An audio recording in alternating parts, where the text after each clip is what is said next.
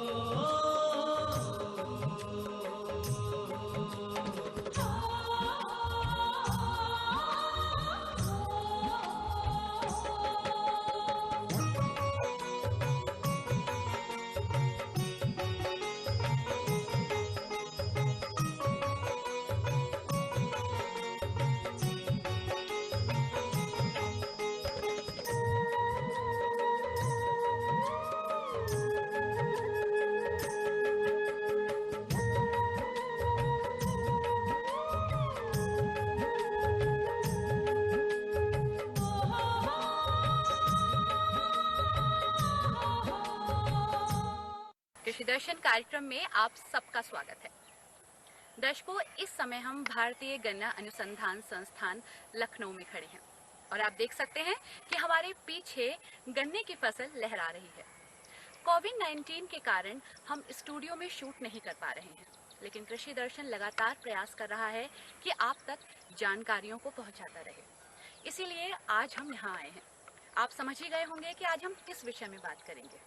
जी हाँ, आज हम बात करेंगे शरतकालीन गन्ने की खेती के बारे में, उसकी बुआई के बारे में कि शरतकालीन गन्ने की बुआई किस प्रकार की जाए, साथ ही सह फसली खेती किस प्रकार की जाए। और इस बारे में आपको विस्तार पूर्वक जानकारी मुहैया कराएंगे डॉक्टर एस.एन. सिंह जी। और डॉक्टर साहब, शरतकालीन गन्ने की बुआई के समय हमारे किसान भाई बहनों को क्या क्या सावधानियां रखनी है जिससे कि उनकी फसल बेहतर हो? हाँ, देखिए, शरतकालीन गन्ने में जो सावधानियों के बारे में आपने किया, तो सबसे बड़ी सावधानी तो ये है कि जो हम गन्ने का जो बीज किसान भाइयों हम लाते हैं, तो सबसे बड़ी गलती किसान भाई आप वहीं कर जाते हैं कि जो गन्ने का जो बीज है, आप ऐसे स्थान से ले आते हैं जहां आपको पता नहीं होता है कि वो गन्ना रोग से ग्रसित है, कीड़ों से ग्रसित है। अगर रोग ग्रसित पौधा है तो उसमें जो है ना, गन्ने में जो है ना, रोग आपके खेत में अवश्य ही आने वाला है। लिहाजा ये अच्छी तरह से जांच पड़ताल कर लें कि जहां से आप बीज ला रहे हैं वो खेत रोग रहित रहा है, कीटग्रस्त ना रहा हो। और इतना सुनिश्चित करने के बाद जब वो गन्ना का बीज आप अपने खेत में बुआई के लिए ले आते हैं, तो ये ध्यान में रखें कि जैसे ही गन्ना आप वहां से लाते हैं, गन्ने की बुआई तुरंत करें। अगर गन्ने की बुआई में आपने विलंब कर दिया तो गन्ने की जमाव का सारा दारो मदार होता है। किसान भाइयों, आप तो समझते भी हैं कि अगर गन्ने की टुकड़े की नमी अगर कम होनी शुरू हो गई तो जमाव वहीं से कम होना शुरू हो गया, वहीं से उसमें कैंची लगनी शुरू हो गई। तो लिहाजा वो कैंची न लग पाए, आप जैसे ही खेत से बीज लाएं उसकी कटाई करके और तुरंत उसकी बुआई कर दें। खास बात ध्यान में रखने वाली ये है कि जहां से आप गन्ने का बीज लाते हैं तो ये देखें कि बहुत पुराना ना हो। अगर कम अवधि का गन्ने का बीज है तो जमाव अच्छा होगा। अब उस बीज को ला करके आप गन्ने की बुआई के लिए आपको बीज का उपचार करना है। उपचार आपको करना है, एक रसायन होता है जिसको कि हम बायोस्टीन के नाम से जानते हैं। तो वो बायोस्टीन की दवा हम जो है ना करीब 200 लीटर पानी में 0.2% का हम घोल बनाते हैं। तो उसमें उस घोल में डुबो करके हम अगर आधे घंटे तक डुबो करके बुआई करते हैं तो बीज से फैलने वाली जो बीमारियां हैं वो बीमारियां नहीं आएंगी। और साथ में जब गन्ने की बुआई आप नालियों में कर देते हैं तो दीमक बहुत लगता है। तो ऐसे में दीमक से बचाव के लिए किसान भाइयों एक दवा आती है जिसको कि हम क्लोरपाइरीफास के नाम से जानते हैं। और इस दवा की 6.25 लीटर मात्रा और लगभग 1500-1600 लीटर पानी में एक घोल बना करके हजारे की सहायता से और नालियों में अगर आप छिड़काव कर देंगे और तुरंत ढकाई कर देंगे तो आपको गन्ने में लगने वाले जो हमारे जो दीमक है उनसे निजात मिल जाएगी। आज एक बात का जिक्र मैं और करना चाहूँगा कि जो उसका जैविक नियंत्रण है दीमक का, वो एक बवेरिया बैसियाना एक नाम का जैविक पदार्थ है, जैविक कीट आप कह लीजिए। तो उसका अगर कल्चर अगर हम प्रयोग करते हैं, चीनी मिलों में आपको मिल जाएगा, वो कल्चर अगर आप प्रयोग करते हैं तो बिना रासायनिक दवा के प्रयोग के भी हम दीमक का नियंत्रण कर सकते हैं। जब आपने दवा डाल दी तो उसके बाद सबसे खास बात एक किसान भाइयों मैं आपको ये बताना चाहूँगा कि शरतकालीन गन्ने की बुआई जब आप करते हैं तो नमी पर्याप्त मात्रा में होती है। आपको कतई ये डरने की जरूरत नहीं है कि हम कम मिट्टी ढकेंगे तो हमारा गन्ना जो है ना जमेगा नहीं। बिल्कुल गलत आप सोच रहे हैं। इस समय केवल 2.5 से 3 अंगुल मिट्टी गन्ने के ऊपर डाल करके ही आप गन्ने की ढकाई करेंगे। ज़्यादा मिट्टी आपने डाल दिया तो गन्ने को जम करके ऊपर आने में बहुत ताकत लगानी पड़ेगी, उसकी एनर्जी ऊर्जा बहुत खर्च हो जाएगी और हो सकता है कि गन्ना बीच में आते आते वहीं रुक जाए, वहीं गन्ना मर जाए, आपकी जो पौध संख्या वहीं से कम होनी शुरू हो जाएगी। लिहाजा 2 से 3 अंगुल ही ढकाई करें।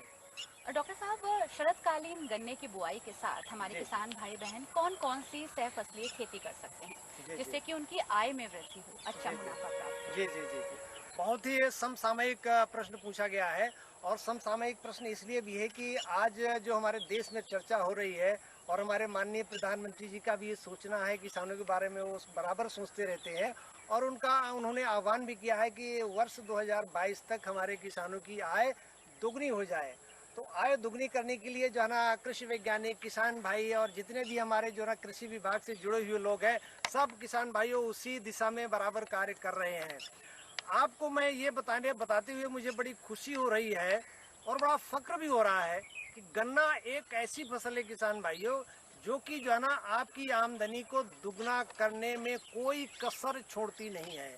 लिहाजा आपको गन्ना जहां बोते हैं कायदे से गन्ना बोएं और जो वैज्ञानिक विधि से बताई गई तकनीकियां हैं उन तकनीकियों को ध्यान में रख करके गन्ने की बुआई करेंगे तो आपको मुनाफा अवश्य होगा और आपकी जो आमदनी है दुगना होने में जो है ना आपको ज़्यादा विलम्ब अब नहीं लगेगा।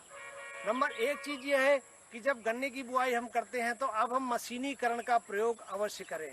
मशीनीकरण का प्रयोग करेंगे तो आपको जो है ना उत्पादन लागत आपकी कम हो जाएगी। जहां 20 से 25 आदमी 1 हेक्टेयर की बुआई में लगते हैं वहीं मशीनीकरण से मात्र 4 या 5 आदमी से गन्ने की बुआई हो जाएगी।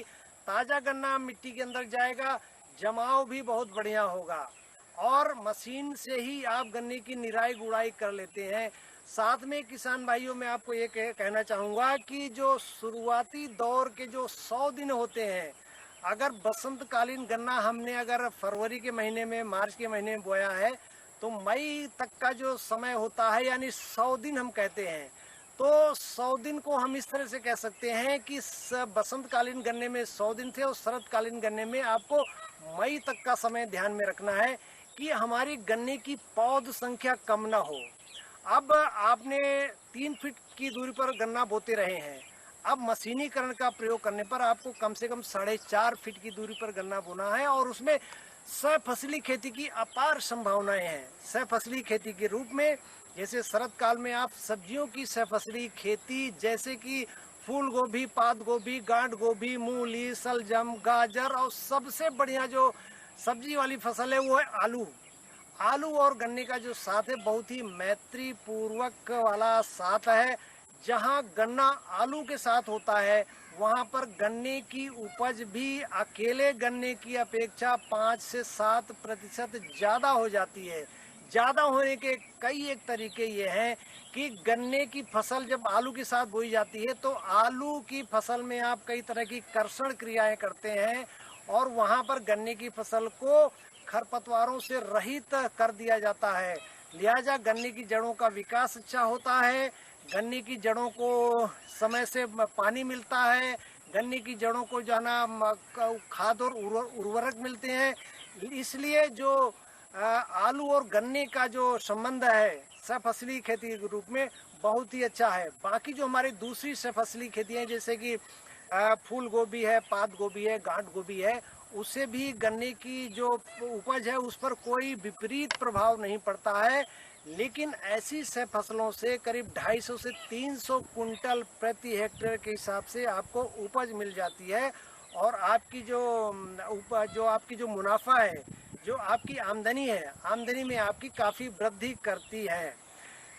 सब्जियों वाली फसलों के साथ साथ सबसे खास बात यह है कि जहाँ की ज़मीन थोड़ी सी ऊपरी सतह में यानी अपलैंड कंडीशन में जहाँ की मिट्टियाँ और गन्ने की जहाँ पानी कम लगता है वहाँ हमारे गन्ने के किसान अगर गन्ना बोते हैं तो मटर की खेती यानी दलहनी फसलों की खेती भी कर सकते हैं। और दलहनी फसलों में मटर है और कहीं कहीं जो है ना चना भी बोते हैं। चने की ऐसी प्रजातियां आ गई हैं कि गन्ने के साथ में चने की सहफसली खेती करेंगे तो उसमें जो है ना मिट्टी की उर्वरा शक्ति में भी सुधार होता है और आपकी आमदनी भी बढ़ती है। साथ ही साथ एक चीज़ और है कि जो बहुत ही लोकप्रिय हो रही है एक सहफसली खेती हमारे किसान भाइयों के बीच में, वो ये है कि गन्ने के साथ में तोरिया या लाही की सहफसली खेती। अगर 4.5 फीट की दूरी पर आपने गन्ने की बुआई की है और तोरिया और लाही की सहफसली खेती करते हैं, 2 पंक्तियां आपने अगर निकाल दी 4.5 फीट की दूरी पर, अगर आपने केवल 2 ही पंक्तियां निकाल दी तो उससे लाही की या राई की आपकी अच्छी उपज मिल जाएगी। और ऐसी लाही की उपज जब आप बाजार में बेचते हैं तो उससे आपको अच्छा मुनाफा मिलता है और गन्ने की उपज भी आपको किसी तरह से कम होने वाली नहीं है। अगर 2-4% गन्ने की उपज कम भी हो जाती है तो मुनाफा आपका इतना ज़्यादा हो जाता है कि वो जो है ना उसकी जो पूर्ति है, जो गन्ने की कम उपज की जो पूर्ति है वो आपके मुनाफा से ज़्यादा मुनाफे से पूरी तरह से उसको कवर कर लेती है। साथ ही साथ हम ये देखते हैं कि हमारे किसान भाई इन फसलों की खेती करने के बाद फिर बसंत काल में गन्ने की बुआई करते हैं। तो बसंत काल में गन्ने की बुआई करते हैं तो आपने जो है ना पहली बात तो गन्ने की बुआई में विलम्ब भी हो गया, क्योंकि हमने पहले भी कह दिया है कि अगर शरद काल में गन्ना बोया जाता है तो उत्पादन की दृष्टि से बहुत ही अच्छा होता है। तो शरद काल में गन्ना बो करके और सहफसली खेती अगर हम करते हैं तो निश्चित रूप से फायदा हो सकता है। एक सहफसली खेती किसान भाइयों और भी है और बहुत ही महत्वपूर्ण है, और महत्वपूर्ण यह है कि अगर शरदकालीन गन्ने के साथ में अगर लहसुन की सहफसली खेती की जाए, जैसे 3 फीट पर आपने गन्ना बोया तो वहाँ पर हम 4 लाइनें लहसुन की हम लोग सलाह देते हैं लगाने की। लेकिन अगर आपने 4.5 फीट पर बोया है तो कम से कम 6 पंक्तियां आपने लहसुन की अगर निकाल देंगे तो लहसुन की सहफसली खेती से खास बात ये निकल करके आई है, जो हम लोगों को देखने को मिला है कि ऐसे गन्ने में जब लहसुन की सहफसली खेती करेंगे तो लहसुन से एक विशेष प्रकार की गंध निकलती है और वो गंध के कारण जो गन्ने में लगने वाले कीड़े हैं वो कीड़े नहीं आते हैं, और लिहाजा कीड़े जब नहीं आएंगे तो रासायनिक जो दवा है उसका भी प्रयोग हम करने से बच जाएंगे और हमारे जो गन्ने की खेती है वो बहुत ही अच्छी हो जाएगी। डॉक्टर साहब, आपका बहुत बहुत धन्यवाद कि आपने इतने बिजी शेड्यूल में से हमारे लिए समय निकाला और हमारे किसान भाइयों और बहनों को इतनी महत्वपूर्ण जानकारी प्रदान की। बहुत बहुत धन्यवाद किसान भाइयों। इसी के साथ किसान भाइयों, हमें भी पूरी उम्मीद है कि डॉक्टर साहब द्वारा बताई गई बातों को और उनकी जानकारियों को आपने ध्यानपूर्वक सुना होगा। निश्चित रूप से उन जानकारियों को आप शरदकालीन गन्ने की बुआई के समय ध्यान रखेंगे और आने वाली जो फसल होगी वो बेहतर होगी। साथ ही कोविड-19 के नियमों का पालन करेंगे। जब भी बाहर जाएंगे मास्क लगाएंगे, घर वापस आएंगे तो हाथ को सैनिटाइज करेंगे और हाथ पैरों को धोएंगे और कोरोना के संक्रमण से दूर रहेंगे। जी। किससे बात कर रहे थे इतना हंस हंस कर? किसान कॉल सेंटर में विशेषज्ञ से खेती के बारे में सलाह ले रहा था। सुबह भी रात को भी? किसान कॉल सेंटर सुबह 6 बजे से रात को 10 बजे तक खुलता है। रविवार को भी? साल के 365 दिन खुलता है। पर तुम ये सब क्यों पूछ रही हो? मैं तो कुछ और ही समझी थी। कृषि संबंधी समस्याओं का अपनी भाषा में तुरंत समाधान पाने के लिए पूरे भारत में किसी भी फोन से राष्ट्रीय हेल्पलाइन नंबर 1800-180-1551 पर संपर्क करें। Mission Organic Value Chain Development for Northeastern region has equipped farmers with organic ability, and organic compost resulted in high soil fertility. Quality seeds and planting material ensured a healthy organic crop. On and off farm input assistance brought excessive use of pesticides to a stop. बीज वगैरह हमको MOBCD हमको लाके देता है। Formation of FPOs and FPCs added ease to business. 14 देवता company खुला, उसी कंपनी से गाड़ी लेकर आता है गांव तक, बहुत दिक्कत कमती हो गया। Come and be a part of a movement that has brought 1 lakh hectares of land under organic cultivation, through which farmers are tasting sweetness of success. Mission Organic Value Chain Development for Northeastern region. Farmer happy, people healthy.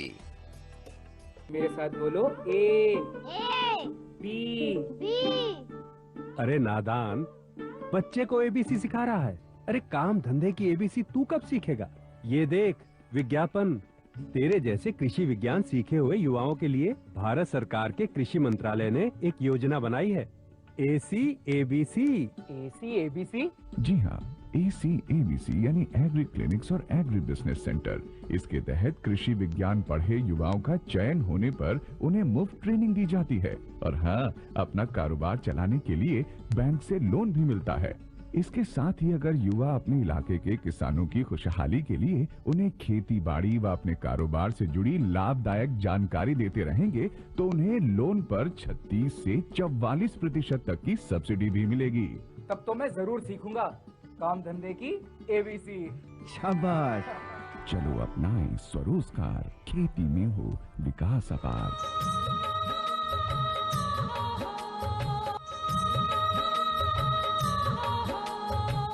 प्रदेश में धान की कटाई प्रारंभ हो गई है। धान की कटाई मुख्यतः 2 ढंग से की जा रही है, एक कंबाइन हार्वेस्टर से और एक हाथ से या रीपर से।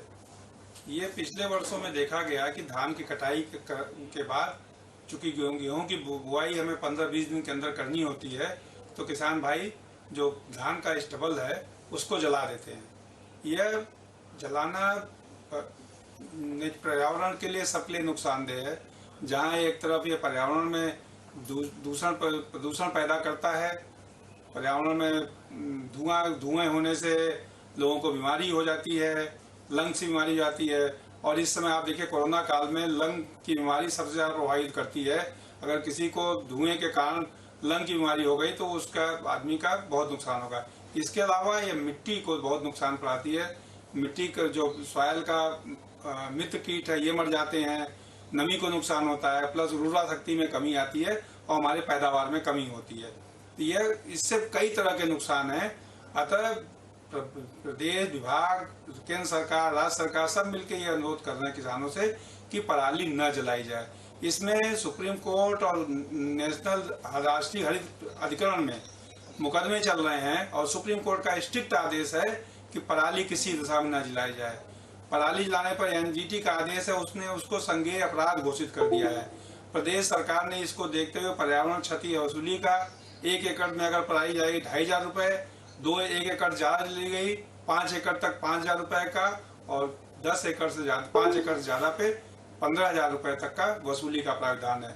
और बहुत दुर्भाग्य की बात है कि लास्ट ईयर जो घटनाएं घटी थी, पूरे प्रदेश में 4,230 जलने की घटनाएं घटी थी। इसके लिए शासन प्रशासन बहुत स्ट्रिक्ट एक्शन ले रहा है और दोषियों के विरुद्ध कार्रवाई की जा रही है।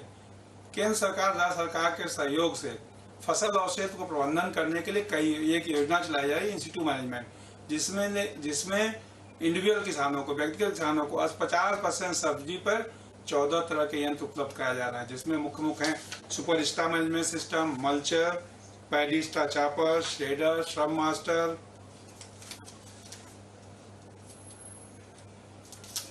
Rotary slasher, baler, reversible MB plough, self propelled reaper, happy seeder, super seeder, zero till seed, cum fert till. जिसमें सुपर सीडर और हैप्पी सीडर का उपयोग फसल और से जब आपका स्टबल खड़ा हो, पराली खड़ी हो, उसी दशा में गेहूं की बुआई में प्रयोग किया जा सकता है। यह अनुदान, इसके अलावा समूहों को 80% अनुदान पर यंत्र उपलब्ध कराया जाए, जैसे 5 लाख रुपए तक के यंत्र इंस्टीट्यूट योजना से, प्लस 5 से 15 लाख तक के यंत्र जो दूसरी योजना यंत्रीकरण की उससे उपलब्ध कराए जा रहे हैं। आप लोग अधिक से अधिक यंत्रों खरीदिए, जो सरकार, राज्य सरकार, भारत सरकार जो सुविधा दे रहे हैं उसका लाभ उठाइए और यंत्रों का क्रय करके उनको जो भी पराली उसको खेतों में ही नष्ट कर दीजिए और उसको सड़ा करके खाद बनाई जाए। इसके लिए प्रदेश सरकार ने का जो कंबाइन हार्वेस्टर कटाई हो रही है उसके साथ सुपर एसएमएस का अनिवार्यता प्रयोग करना आवश्यक किया है। इसके साथ अगर कहीं सुपर एसएमएस नहीं है कंबाइन में तो उसमें मल्चर का, शेडर का, बेलर या स्टार रैक का उपयोग किया जाए, जिससे जो स्टबल है, पराली है जो खड़ी दशा में, उसके छोटे छोटे टुकड़े बन करके वो जमीन पर फैलाई जा सके और इसको फिर पानी लगा करके साथ में वेस्ट डिकम्पोजर का प्रयोग करके इसकी खाद बनाई जा सकती है। वेस्ट डिकम्पोजर का प्रयोग करने से जो खाद बनाई जाएगी उससे मिट्टी की उर्वरा शक्ति बढ़ेगी और आपकी उपज की बढ़ोतरी होगी। इसके अलावा राज्य सरकार ने एक प्रोविजन और किया है कि जो पराली है अगर किसान उसको और अन्य उपयोग में लाना चाहता है तो उसमें ला सकता है, प्लस इसको निराश्रित गौ आश्रय स्थलों में पहुंचाया जाए। इसके लिए राज्य जिलों को आदेश दिए गए हैं कि इनको इकट्ठा करने की व्यवस्था की जाए और निराश्रित गौ स्थलों में पहुंचाया जाए, जिससे गौओं को, जो वहाँ पशु हैं, उनको चारा आसानी से उपलब्ध हो जाए, क्योंकि इसको 25% चारे के रूप में इस्तेमाल किया जाता है। प्लस इसके साथ ही गौ आश्रय स्थलों में ये बिछावन का काम भी करेगा, अन्य काम में भी आएगा। ऐसे अभी तक के हमारे पास आंकड़े हैं, करीब 11,000 टन पराली गौ आश्रय स्थलों में पहुंचाई जा चुकी है। तो इसी सबसे हमें हमारी प्रदेश सरकार की करबद्ध प्रार्थना है किसानों से कि कृपया पर्यावरण को नुकसान को देखते हुए, प्रदूषण को देखते हुए किसी भी दशा में पराली इस साल न जलाएं। अदरवाइज सुप्रीम कोर्ट के स्ट्रिक्ट आदेश हैं कि इसमें एक्शन लिया जाए और लोगों को जलने से रोका जाए, साथ में घटनाएं न्यूनतम हो जाएं। अभी जो हमारे यहाँ कटाई करीब 50% कटाई हो चुकी है और 202 घटनाएं प्रकाश में आ चुकी हैं, जो कि किसी दिशा में ठीक नहीं है। सबसे अनुरोध है कि आप लोग पराली को न जलाएं और पराली का अन्य उपयोग करें।